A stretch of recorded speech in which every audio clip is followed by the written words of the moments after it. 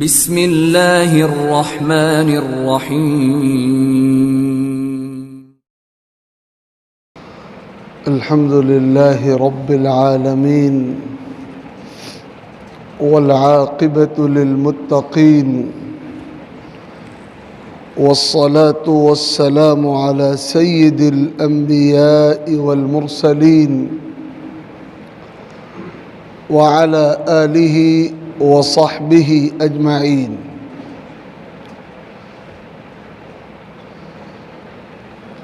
اما بعد فقد قال سیدنا ومولانا محمد صلی اللہ تعالی علیہ وآلہ وسلم: لا يؤمن أحدكم حتى أكون أحب إليه من والده وولده والناس أجمعين. صدق الله ربنا العلي العظيم وصدق رسوله النبي الكريم.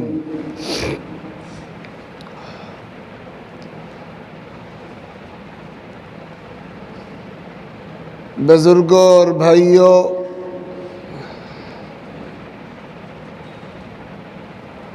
اللہ رب العزت نے اپنے کلام پاک قرآن مجید میں ایک خاص ترتیب کے ساتھ ان 8 چیزوں کا تذکرہ فرمایا ہے جو چیزیں انسان کو اللہ رسول کی محبت کے تقاضوں پر عمل کرنے سے روک دیا کرتی ہے. انسان اس دنیا میں بہت سی مرتبہ ایسی رکاوٹوں کا شکار ہو جاتا ہے جو رکاوٹیں اسے ایمان اور یقین اور محبت کے تقاضوں پر عمل سے روکنے والی بن جاتی ہے. اللہ تعالیٰ نے انسانوں کی نفسیات کا ذکر فرمایا ہے اور خاص ترتیب کے ساتھ اللہ رسول کی محبت کے تقاضوں پر عمل کرنے میں رکاوٹ بننے والی 8 چیزوں کا تذکرہ فرمایا ہے. ارشاد فرمایا گیا: قل ان كان آباؤكم وأبناؤكم وإخوانكم وأزواجكم وعشيرتكم وأموال اقترفتموها وتجارة تخشون كسادها ومساكن ترضونها أحب إليكم من الله ورسوله وجهاد في سبيله فتربصوا حتى يأتي الله بأمره والله لا يهدي القوم الفاسقين. تمہارے والدین، آباء و اجداد، اوپر تک جانے والا ہر رشتہ، تمہاری اولاد اور اولاد کے نیچے تک جانے والا ہر رشتہ، تمہارے بھائی، تمہاری بہنیں، تمہارا شریک زندگی، اگر تم مرد ہو تو تمہاری بیوی اور تم خاتون ہو تو تمہارا شوہر، اور تمہارا خاندان، تمہارا قبیلہ، تمہاری برادری، تمہارا کنبہ، اور پھر اس کے بعد وہ مال جو تم کماتے ہو، سرمایہ، دولت، بیلنس، اور پھر اس کے بعد وہ کاروبار، وہ تجارت، وہ دکان جس کے مات پڑ جانے کا، سرد پڑ جانے کا، ختم ہو جانے کا تمہیں دھڑکا لگا رہتا ہے، اور پھر وہ مکانات، وہ جائیدادیں جو تمہیں بہت پسند ہیں۔ 8 چیزیں ہیں۔ سب سے پہلے والدین کا تذکرہ ہے، دوسرے نمبر پر اولاد کا تذکرہ ہے، تیسرے نمبر پر بھائیوں اور بہنوں کا تذکرہ ہے، اور چوتھے نمبر پر شریک حیات کا تذکرہ ہے، اور 5ویں نمبر پر خاندان، قبیلے، برادری کا تذکرہ ہے، اور 6ٹھی چیز ہے مال و دولت، اور 7ویں چیز ہے تجارت اور کاروبار، اور 8ویں چیز ہے مکانات اور جائیدادیں۔ یہ وہ 8 چیزیں ہیں جو ایمان کے راستے میں رکاوٹ ہوتی ہیں، یہ وہ چیزیں ہیں جو عمل کے راستے میں رکاوٹ ہوتی ہیں، یہ وہ چیزیں ہیں جو اطاعت کے راستے سے ہٹا کر معصیت کے راستے پہ چلا دیتی ہیں، یہ وہ چیزیں ہیں جو انسان کو اللہ اور رسول کی محبت سے بیگانہ کر دیتی ہیں، محبت کے تقاضوں پر عمل کے تعلق سے رکاوٹ بن جاتی ہیں۔ اللہ تعالیٰ نے صاف صاف ان 8 چیزوں کا تذکرہ فرمایا، اور پھر فرمایا اچھی طرح جانچ لو، اچھی طرح پرکھ لو، اچھی طرح سمجھ لو، اگر یہ چیزیں تمہیں اللہ کے مقابل میں زیادہ پیاری ہیں، اگر یہ چیزیں تمہیں اللہ کے رسول کے مقابل میں زیادہ محبوب ہیں، اگر یہ رشتے اور یہ چیزیں تمہیں اللہ کے دین کی محنت کے مقابل میں زیادہ عزیز ہیں، تو پھر تمہیں اللہ کے عذاب کا انتظار کرنا چاہیے۔ اللہ کے وہ بندے، اللہ کی وہ بندیاں جو کلمہ تو پڑھیں اللہ کا، جو کلمہ تو پڑھیں محمد الرسول اللہ صلی اللہ علیہ وسلم کا، جو نام تو لیں اللہ کے دین کا، جو حوالہ تو دیں اللہ کے نظام کا، جو دہائی دیں اللہ کی شریعت کی، جو نسبت کریں اپنے آپ کی اللہ کے دین کی طرف، اور پھر ان کی عملی زندگی کا حال یہ ہو کہ دنیا کی ان 8 چیزوں کی محبتیں ان کے دل و دماغ میں اس طرح بس جائیں کہ نہ انہیں اللہ کے احکام کا خیال رہے، نہ رسول کی تعلیمات کا خیال رہے، نہ دین کے تقاضوں کا خیال رہے، وہ نفس کے غلام بن جائیں، وہ اپنی خواہشات کے اسیر بن جائیں، وہ بجائے اللہ و رسول کے نظام کی اتباع کے منمانی زندگی گزارنے پر آمادہ ہو جائیں۔ اللہ کے وہ مومن بندے اور بندیاں جو ایسا کرتے ہیں انہیں انتظار کرنا چاہیے اللہ کے عذاب کا۔ اللہ ضرور اپنا عذاب ان پر مسلط کر کے رہے گا، اور عذاب ہمیشہ طوفان و سیلاب و زلزلے کی شکل میں آیا کرے، ایسا کوئی ضروری نہیں ہوتا۔ زندگی کا بے سکون ہو جانا سب سے بڑا عذاب ہے، اطمینان کا اٹھ جانا سب سے بڑا عذاب ہے، برکتوں کا چھن جانا سب سے بڑا عذاب ہے، مستقل آزمائشوں کی کیفیات کا طاری ہو جانا مستقل عذاب ہے۔ ہم میں سے جو لوگ ایسی صورتحال سے دوچار ہیں انہیں تنہائی میں اپنے کردار کا تجزیہ کرنے کی ضرورت ہے، اپنے اعمال پر، اپنے طرز عمل پر نگاہ ڈالنے کی ضرورت ہے کہ کہیں ایسا تو نہیں کہ جو بے چینیاں ہماری زندگیوں میں پیدا ہو گئی ہیں وہ ہماری بدعمالیوں کی سزا تو نہیں ہے۔ یاد رکھا جائے کسی انسان کا ایمان اور دین اللہ کے دربار میں اس وقت تک قابل قبول نہیں ہوتا اور اس وقت تک معتبر نہیں ہوتا جب تک اس کے دل اور دماغ کے ریشے ریشے میں اللہ کی محبت، رسول اللہ صلی اللہ علیہ وسلم کی محبت اور اللہ کے دین کی محبت اس طرح رچ بس نہ جائے کہ دوسرے تمام تقاضے پیچھے ہو جائیں، دین کا تقاضا آگے ہو جائے، دوسری تمام ضروریات پیچھے ہو جائیں، اللہ اور رسول کی محبت کے تقاضے غالب ہو جائیں۔ حضرت علی مرتضی کرم اللہ تعالی وجہ سے پوچھا گیا تھا کہ آپ حضور پاک علیہ السلام سے کتنی محبت کرتے ہیں؟ سنیے ان کا جواب کیا تھا۔ ان کے سامنے قرآن مجید کی یہ آیت تھی جن میں 8 چیزوں کا تقابل کیا گیا ہے اللہ و رسول کی محبت کے ساتھ۔ اس آیت کی روشنی میں ان کا سچا جواب یہ تھا، کان رسول اللہ صلی اللہ علیہ وسلم احب الینا من آبائنا و امہاتنا و ازواجنا و اولادنا ومن الماء البارد على الظمأ۔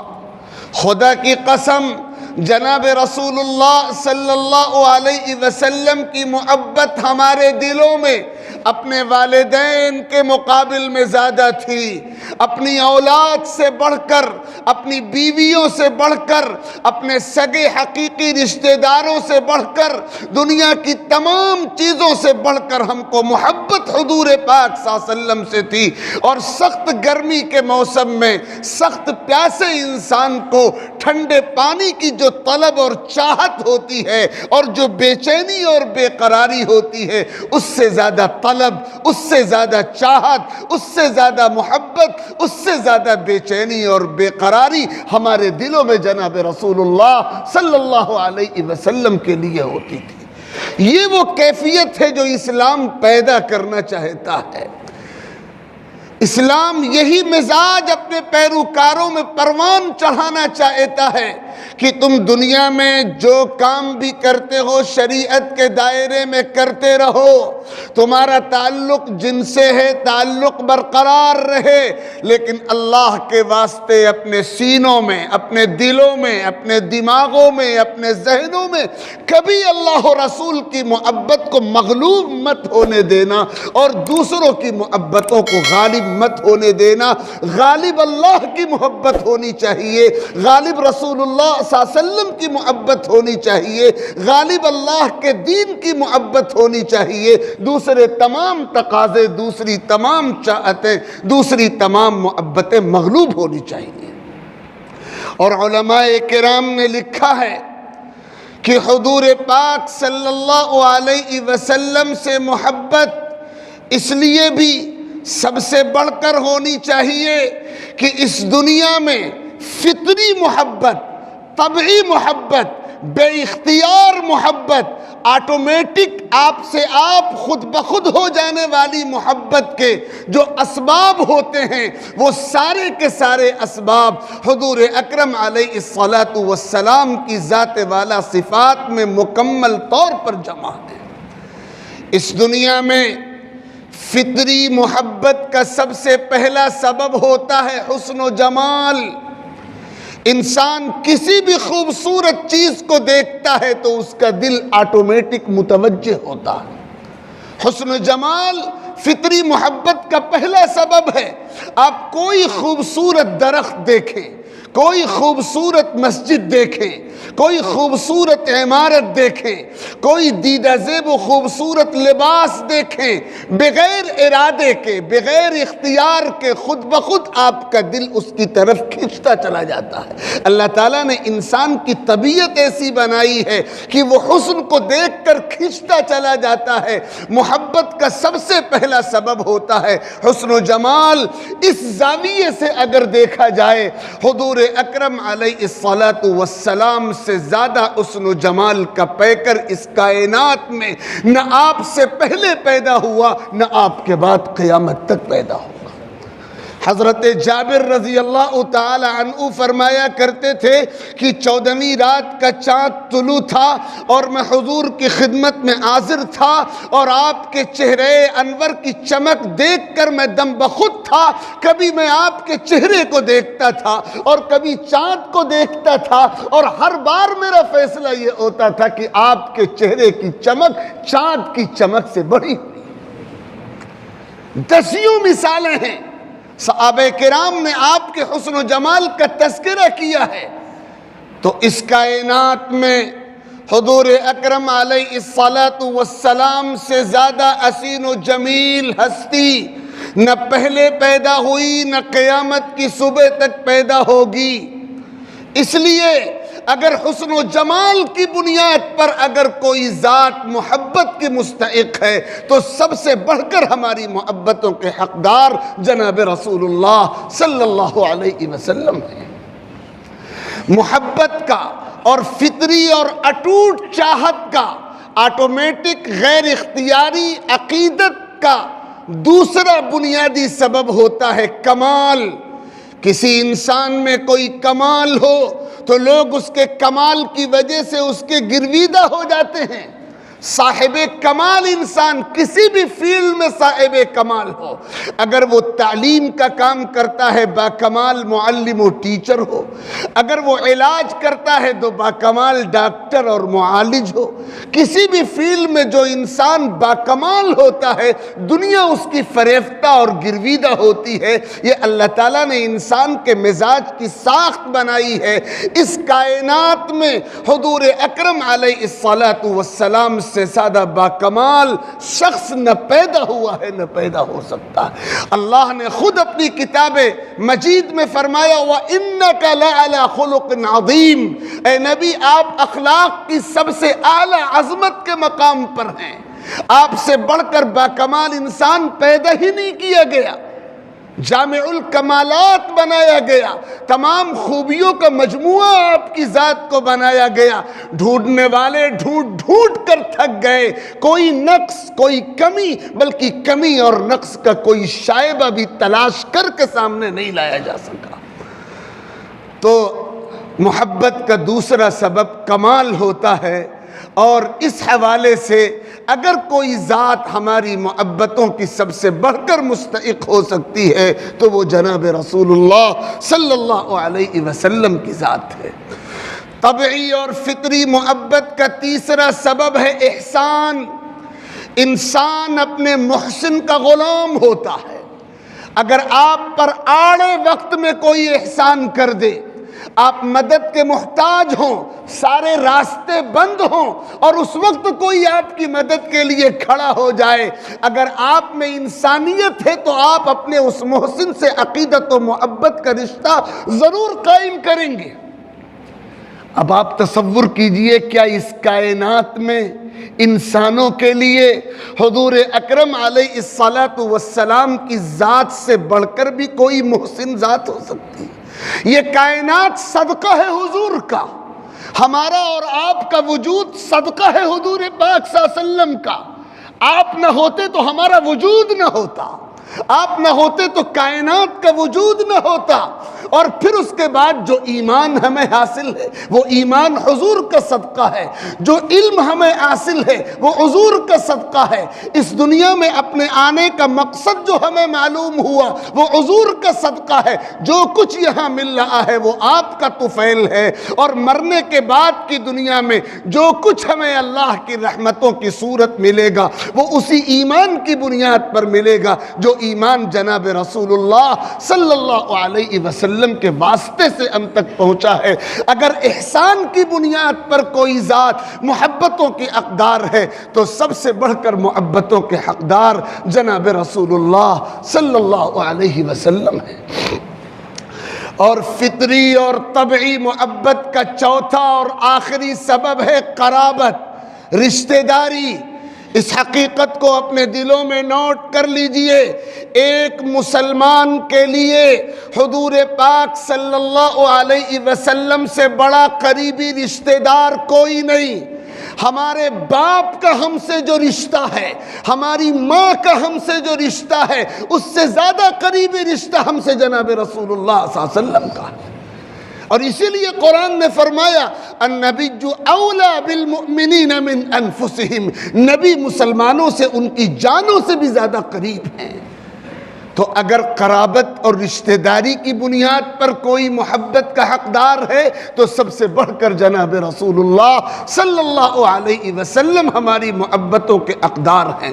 حاصل یہ ہے کہ دوسروں سے محبت کے جتنے اسباب اور ریزنز ہوتے ہیں وہ سارے اسباب مکمل اور کامل طور پر حضور اکرم صلی اللہ علیہ وسلم کی ذات عالی میں جمع ہیں۔ اس لیے تقاضا ہے دین کا اور مطالبہ ہے شریعت کا اور حکم ہے قرآن کا اور تعلیم ہے سنت کی کہ ایک مسلمان کے دل میں جناب رسول اللہ صلی اللہ علیہ وسلم کی محبت دوسری ہر محبت پر غالب ہونی چاہیے۔ اور اس کا عملی مظاہرہ اس طرح ہوگا کہ جب عملی زندگی میں موقع آئے تو ہم اپنے تقاضوں کو پیچھے کریں، اپنے نفس کے تقاضوں کو پیچھے کریں، دین کے تقاضوں کو، سنت کی تعلیمات کے تقاضوں کو، قرآن و حدیث کے احکام کے تقاضوں کو آگے کریں۔ خوشی کے موقع پر بھی ایسا کرنا ہے، غم کے موقع پر بھی ایسا کرنا ہے، نارمل زندگی میں بھی ایسا کرنا ہے اور ایمرجنسی صورتحال میں بھی ایسا کرنا ہے۔